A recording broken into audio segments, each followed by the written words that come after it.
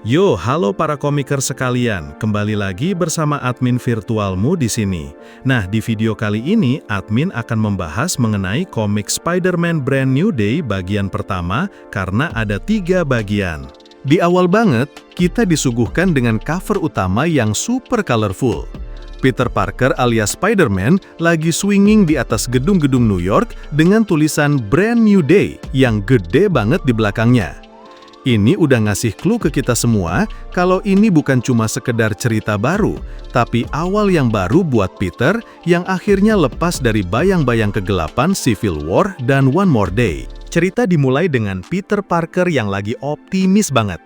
Kenapa? Karena dia akhirnya punya waktu buat bisa jadi Peter Parker sepenuhnya, bukan cuma Spider-Man.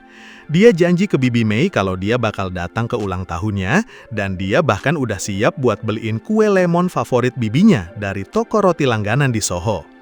Peter ngerasa hidupnya bakal baik-baik aja. Kejahatan super juga lagi low banget. Tapi, namanya juga hidup Peter Parker, mana mungkin semulus itu. Tiba-tiba, Spider-Sense-nya langsung ngilu. Ada bahaya gede di depan mata, dan itu nggak ada hubungannya sama Peter Parker, tapi sama Spider-Man. Setelah Spider-Sense-nya ngilu, cerita langsung pecah. Peter Parker harus ninggalin kue lemon Bibi May-nya buat berubah jadi Spider-Man. Dia nemuin penjahat baru yang gak kalah gokil, namanya Overdrive. Ini penjahat super villain wannabe yang punya mobil super canggih.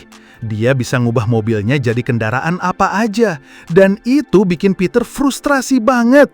Kenapa? Karena di pikirannya, dia harus cepet-cepet beresin ini semua biar bisa balik ke pesta ulang tahun bibinya. Pertarungan kejar-kejaran di New York ini seru banget. Spidey ngejar Overdrive sampai tiba-tiba muncullah superhero baru yang bikin Peter salah tingkah.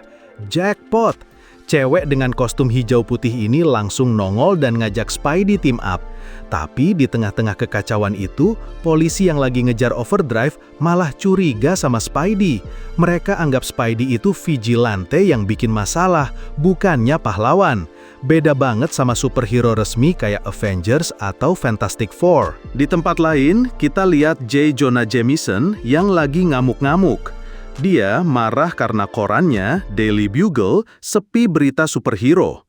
Dia ngerasa pahlawan resmi itu nggak ngasih drama kondang. Jadi, dia terobsesi buat ngancurin Spider-Man, karena cuma Spidey yang bisa ngasih dia berita yang juicy. Pertarungan dengan Overdrive ini bener-bener jadi bukti kalau hidup Peter Parker nggak pernah bisa bener-bener santai. Meskipun dia pengen banget jadi Peter Parker yang normal, takdir selalu narik dia buat jadi Spider-Man. Dan lagi-lagi, dia lagi-lagi nggak datang ke acara penting Bibi May. Peter Parker, kapan sih hidupmu tenang? Setelah berhasil ngebantu polisi, meskipun polisi tetap julid sama dia, Peter balik lagi ke realita. Kita lihat Peter yang benar-benar di titik terendah dalam hidupnya. Dia harus balik tinggal di rumah Bibi May di Forest Hills, dan dia ngerasa kayak anak SMA lagi. Peter coba cari kerja, tapi ditolak di mana-mana. Mulai dari ngelamar jadi guru, fotografer, sampai barista pun nggak ada yang mau nerima dia. Peter ngerasa hidupnya benar-benar struggle dan nggak ada harapan sama sekali. Di tengah-tengah kesedihannya, dia nelpon teman-temannya. Dan ini adalah part yang bikin admin terharu sekaligus bingung. Kenapa? Karena Harry Osborn ternyata hidup lagi. Setelah sekian lama diceritain meninggal, Harry tiba-tiba muncul dan ngajak Peter, pacarnya Lily Hollister, dan teman forensiknya Carly Cooper buat nongkrong.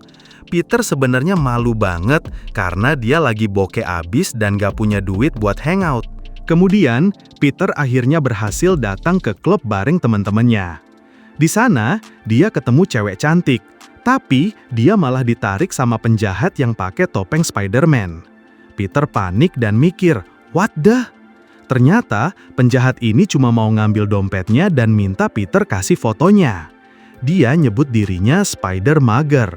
Yang bikin panik lagi, si Spider-Mager ini berhasil nyuri satu web shooter Peter. Gila, ini bahaya banget. Peter langsung panik dan berusaha ngejar si Spider-Mager. Tapi malah ketemu sama Bibi May di shelter homeless tempat dia jadi sukarelawan. Peter ngerasa malu banget karena hidupnya berantakan, sementara bibinya yang udah tua masih mikirin orang lain. Peter akhirnya mutusin buat ninggalin bibinya sebentar dan ngelanjutin perburuannya. Setelah pertemuannya dengan Bibi May, Peter akhirnya sampai di Daily Bugle buat ketemu J. Jonah Jameson. Peter marah-marah karena dia nggak dibayar buat foto-foto Spider-Man. Jonah yang lagi stres berat soal korannya yang mau diakuisisi, kena serangan jantung di depan Peter. Peter langsung panik dan nyesel banget. Dia ngerasa itu semua salahnya. Ada cerita pendek yang fokus ke Jackpot. Dia lagi patroli, nabung penjahat, dan ketemu sama Spidey lagi. Di akhir cerita, dia bilang, "I'm gonna get you, Tiger." Ini bikin kita bertanya-tanya, apakah mereka bakal jadi chemistry baru? Di komik ini juga kita lihat Bibi May yang nanganin preman yang mau nagih utang di shelter homeless. Dengan cara ibu-ibu yang sabar dan clever, Bibi May malah bikin si preman itu ngasih donasi. Kekuatan emak-emak emang nggak ada lawan. Lanjut ke cerita Harry Osborn dan pacarnya, Lily Hollister. Harry ketemu keluarga pacarnya, dan ayah Lily, Bill Hollister, curiga banget sama Harry karena reputasi keluarganya yang terkenal jahat. Harry berusaha nunjukin kalau dia beda, dan dia beneran udah berubah. Kemudian, Robbie Robertson, teman kerja Jonah, minta Peter buat bantu nyelamatin Daily Bugle dengan cara ngambil foto Spider-Man yang bagus. Peter akhirnya nerima tawaran itu. Tapi saat dia ngejar Spider-Mager, dia malah ketemu musuh baru yang lebih cool dan misterius, Mr. Negatif. Mr. Negatif ternyata punya rencana jahat, meracuni keluarga mafia pakai racun yang namanya Devil's Breath.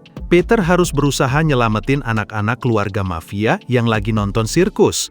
Masalahnya, dia cuma punya satu web shooter doang. Ini bikin pertarungannya jauh lebih susah dan bikin Peter harus mikir 2 kali. Setelah berjuang mati-matian, Peter akhirnya tahu rahasia yang bikin dia panik setengah mati.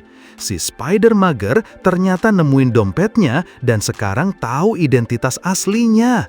Ini bahaya banget. Selanjutnya, Spider-Man berhasil nyelamatin anak-anak mafia dan keluarga mafia itu berhutang budi sama dia.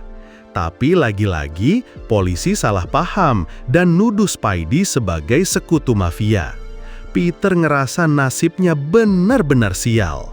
Lalu, muncul penjahat baru, Menace. Dia pakai glider yang mirip Green Goblin dan bikin onar di New York. Di saat yang sama, Dexter Bennett, pemilik baru Daily Bugle, nawarin bonus $10.000 buat siapapun yang bisa foto Menace. Peter yang lagi butuh duit langsung semangat. Setelah itu, Peter dikejar-kejar polisi lagi. Kali ini, mereka nuduh Spidey sebagai pembunuh berantai. Spidey akhirnya team up lagi sama Jackpot, tapi hubungan mereka rumit. Dan di akhir cerita, kita dapat twist gede. Jackpot ternyata bukan cuma satu orang. Ada 2 orang yang pakai identitas itu, dan itu bikin Peter bingung. Akhirnya, Spider-Man berhasil ngalahin Menace dan nyelamatin calon wali kota. Tapi seperti biasa, polisi tetap mau nangkep dia. Di akhir, Peter dapat bonus $2.000 dari Dexter Bennett. Meskipun nggak sebanyak yang dijanjiin, tapi uang itu cukup buat Peter beli bahan buat bikin web fluid lagi. Akhirnya ada secercah harapan buat Peter. Di komik ini juga, ada cerita bonus yang fokus ke Venom dan Jean the Wolf. Cerita ini emosional banget dan ngingetin kita ke masa lalu Spider-Man yang gelap. Terakhir, ada Spider-Man Manifesto yang ditulis sama Tom Brevoort. Di sini, dia ngejelasin visi Marvel buat bikin Spider-Man balik ke akar.